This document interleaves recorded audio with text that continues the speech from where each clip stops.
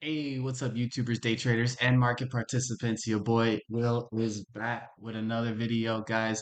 I have been spot on in calling the market direction. I mean, it hasn't been that hard, it's just been straight up. However, some of the plays that I have brought to everyone's attention has been moving, has been going. So if you're new here, consider subscribing, guys, because if you're going to YouTube to find stock picks, if you're waiting for the news to tell you what is hot on the day to take a day trade, that is gambling, guys, honestly, because if you don't know how to read the charts, if you don't know how to see price expansion or overextension, compression, if you don't know how to read a chart, you are gambling. It's just the truth of the matter, guys. So stick with me. I'm gonna teach you guys something. And I hope I get a subscriber out of you guys because when there's a will, there's a way. So let's get into the charts.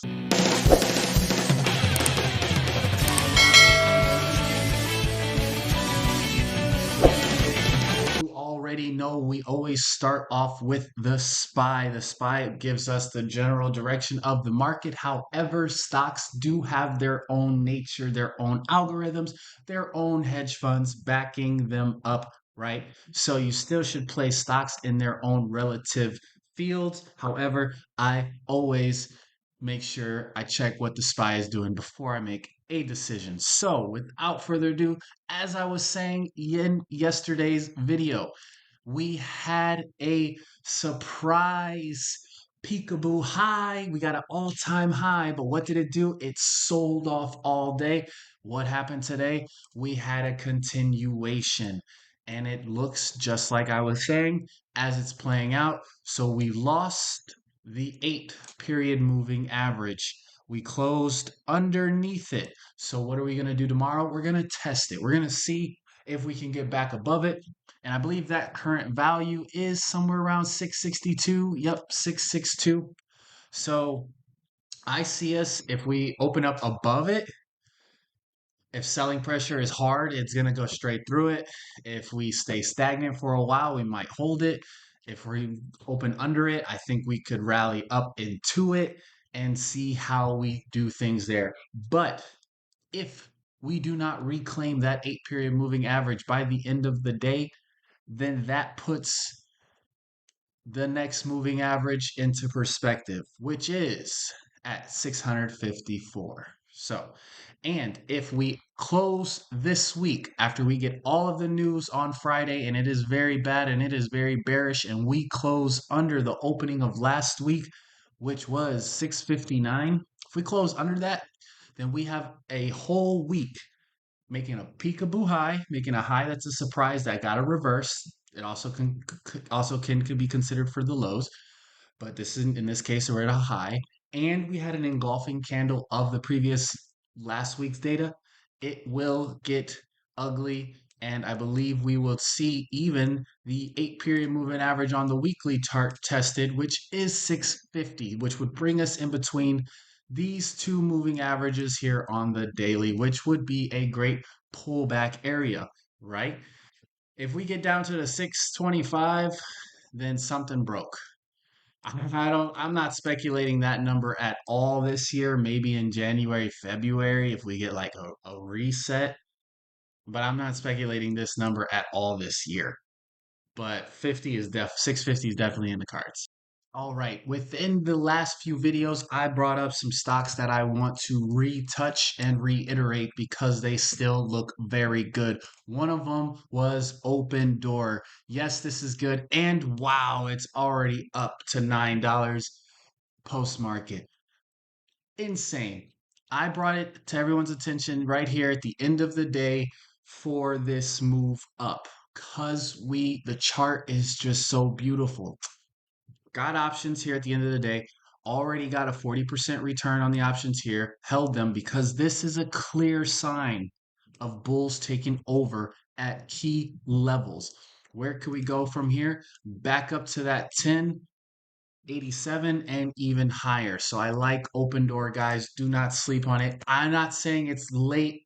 I'm actually surprised that it hit the 9 over post market. I was waiting for a move into the morning to see something in the morning, but to see it already happen at night means that tomorrow it might get frothy and crazy. And if you remember exactly what happened with AMC back in the day, the market was at highs, it started crashing, AMC started reversing, and AMC went to the moon. It was a short squeeze play as well. I think Open Door is almost in the same spot. We're at all time highs. We're coming off. We're selling off. The money has to go somewhere. So we'll see what happens with Open Door. I like Open Door. Another one I brought to everyone's attention is SMR. SMR now has given us an even better entry because I bought in here. So you could now get in here. And we're above all moving averages. So anytime we're above all of these moving averages, I like the price. I don't care what it is, especially since we're not so far extended. We're really close to the moving averages. We don't look like something like BBAI where you have this huge extension between the blue moving average and the price, right? That's a huge extension. So when you get that extension, what happens?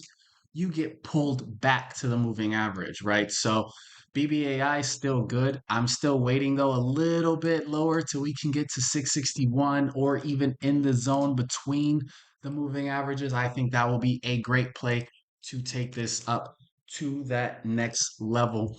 Another stock that I saw getting some steam today, even though the market was selling off, was Pepsi because I brought this up 2 days ago. I love what Pepsi did here at the 140 mark. It held 140 like a champ. Now it's being pushed back up on the weekly chart. We're coming up to this moving average here that I hope is going to be a fence and it's going to catch it and shoot it up, right? When markets have these rotations and we have sell-offs in this area, we can get buys in this area, right?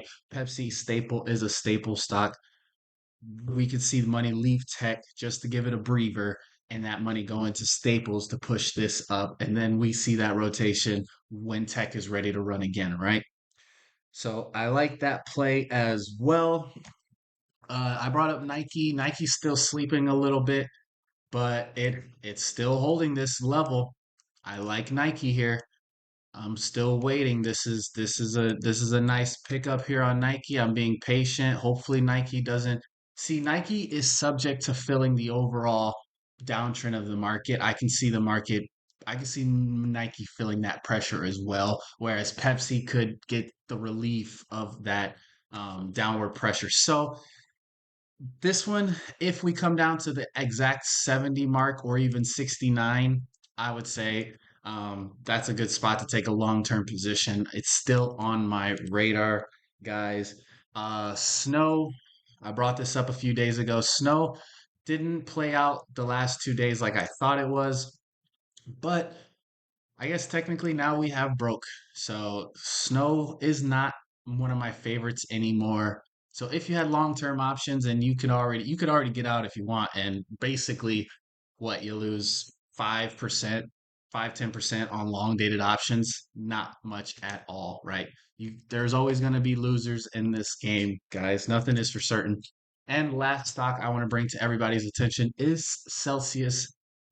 I like Celsius here because we did lose the green line here. We lost it, but we didn't lose the another big key area. So green hasn't officially taken over yet. It's taken over a little bit. I want to see a little bit more green, a stronger green right here, and then Celsius is a go, guys. And if you look at the weekly chart, we're also coming back up into some of these previous supports, which I hope will be a good place for support. All right, guys, that is going to be it for this video. I hope you guys found value in it and you guys are a subscriber now. I am not a financial advisor. Remember that. Do your own due diligence before you buy, sell, or hold anything. I am just telling you what I'm doing with my money. I am not a financial licensed advisor, okay?